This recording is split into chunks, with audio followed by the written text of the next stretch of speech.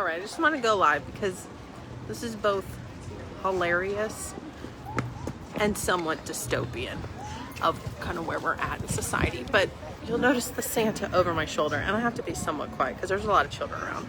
But here's Santa over my shoulder. He's got a giant snow globe plexiglass in front of him, and so that the children sit on with their families and they take photos. And Santa's like, So we were just here with our friends Tina and Ryan called him Sanitary Claus, which I just thought was hilarious. But it's so sad. I'm like, it's so sad. Like, it almost looks like Santa's in the clink because the kids are holding up their shopping lists up against the window, and he's like reading them, and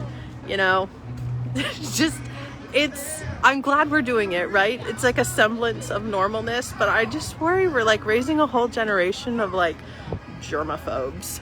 And it's like, oh no, we're gonna do it. But if you really think about it, I mean, Santa definitely isn't the target demo, right? Like, he's probably pre-diabetic, little obese, overweight, and the older generation, probably pre-existing conditions, heart condition, who knows? So I kind of get it, but at the same time, I find it hilarious and sad all at the same time. And all of these kids, it's like, oh, Santa, but the whole omnipresent, sees you when you're sleeping, knows when you're awake, similarities to Jesus does distinguish him in this way, I would say. He is also affected by COVID, much like the rest of humanity. Who is not? Jesus Christ, who is the reason for this season.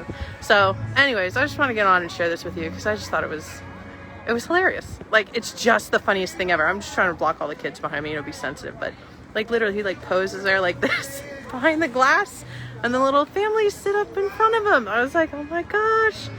It's just, I don't know. I haven't seen any Santas like this, but this is like the first Santa I've seen doing this. Maybe your Santa is like that. And again, it's one way for the kids to be with him. But at the same time, these poor kids that are growing up like this, at least my daughter's got some memories before this, but like 2, 3, 4, 5, 6, 7, 8, they're just going to remember masks and Santa behind plexiglass. So anyways, I'm not sure when we're going to decide to just not do the mask thing anymore. I don't know if it's like who's the person that like gets to pick the day for that. Like hundreds of millions of Americans have already had it. So when do we decide like we're just not going to wear these masks anymore? Like, I don't know if it's February 1st, like who gets to pick that day, but then we just all say, all right, we're done now. We've done it for a while. It's been almost a year. I've had it.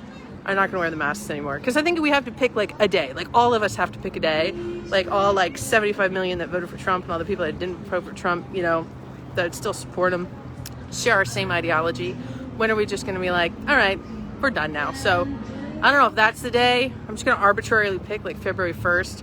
Somebody else can create that Facebook group, but we just got to kind of pick a day and be like, all right, we're done now. And more, I'm just like, no, I'm not going to wear the mask. I'm not going to wear the mask. I'm leaving anyways.